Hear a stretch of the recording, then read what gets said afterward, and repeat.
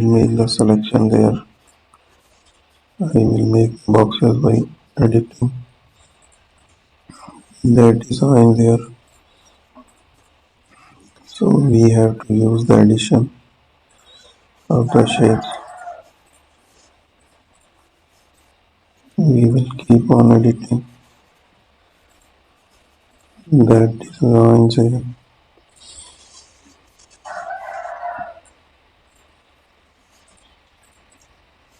So let's add a paint there. Keep using that design to make it also use a structure there.